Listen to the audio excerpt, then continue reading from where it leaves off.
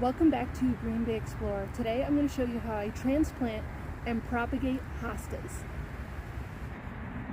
Underneath my big oak tree has been pretty boring for a long time, and I decided I wanted to put in some hostas, but I didn't have many, so I'm taking advantage of what I already have. In my little hosta patch here, I have a big variety of hostas, and I'm going to be transplanting a few of them into where you saw the kind of dead area by the oak tree. If you look down here, you already see where I've taken up a few hostas already, but how did I take them out carefully so I'm not harming the rest of my hostas? Here's one example. If you look inside here, I'm carefully pushing the leaves apart. If you want to, you could take a small hairband or a little tie and kind of tie these up gently, but I'm just going to be very careful and push these aside, and I start brushing the dirt away. So you can see I'm starting to see the roots, and that's where I can tell which way and which direction they are going. As I move a little bit more, I can start feeling the roots. Then, because I'm only taking a small patch, I can use a small spade like this and start digging down a little bit, gently, just digging. So you see that one moved a little bit? That's good. Keep coming over here, do a little push. Keep digging a little bit. I'm being super gentle in the beginning just to see how they're moving, and I don't want to affect this area here. This will loosen everything up, but not harm it. There we go. That's getting a little bit more loose. If you were taking out for example, this whole patch of hydrangea, hosta. Hosta, I just did a hydrangea movie, so hostas, then you can go ahead and take a full-size shovel and dig the whole thing out, but dig deep. But in this case, I'm just doing this little patch, so I'm being super gentle and just loosening everything up. And it's starting to move more and more.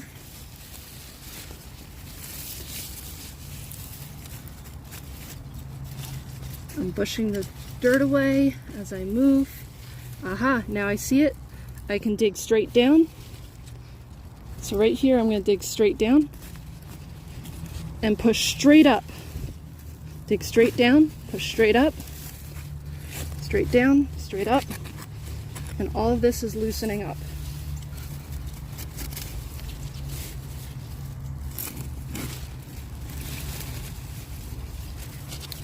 Now I sliced right in between the two plants, right here, to disconnect them from the main plant.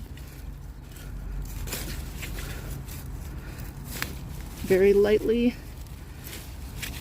You don't want to disturb it too much. There we go. Now it's starting to come up.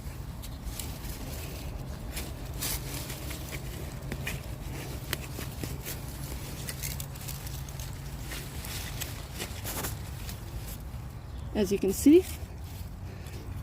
Now I'm being extra delicate. That's just the way I am. Now I'm using my hand and feeling the rest of the roots, pulling them out. That way I'm not just chopping them with the little spade. And you can see I have a really good root and plant right here. Everything's connected. I kept it all together, which is good. Now to transplanting it. One thing I don't want to do is leave this exposed. I'm going to bury this back up, leave the plant, and just give. There we go. And as if we never changed anything. You can see the tiny little patch I pulled from, but there's still a whole bunch of hosta still there. I recommend getting some compost when you do your transplanting. In this case, I just got a bag from Costco and it works out perfect. That's where I was just digging, and look at the robin. He's digging up the worms from where I just dug. He had one in his mouth. Or it could have been a grub. I guess I'm feeding nature at the same time. I pre-dug some holes. I highly recommend, if you're ever doing transplanting or any kind of planting, dig your hole first. It'll be overwhelming if you start, bringing your plants around, digging them up, and then realizing, wow, now I have to dig a hole. Dig the hole first. It's the hardest work you'll have to do. So I dug a nice big hole here. Now this is under my maple tree, so there's a lot of little roots around. I'm going to cut out these little roots and make sure to dig a nice large hole. That way the plant has plenty of space to work with. Placing my plant right here. I'm going to need 2 hands for this now. I'm going to come in, stand it up. This is my compost I showed you earlier. I'm going to shake that in. Your plant is going to be a little bit in shock, so that's why I use the compost. It's a nice, good, nutritious soil for it. It feeds it, and it makes the shock of being transplanted a little bit less. And give it the rest of the compost. Break that up, give it a nice push, and then take the rest of the soil and just cover it up. The soil I'm working with is moist, which is definitely helpful. Working with dry soil is hard, but you can do it. It takes a lot more watering. In this case, it's not going to go into shock right away. I can wait a few hours, even the next day, to water this, but in this case, I will water it right away after I'm done.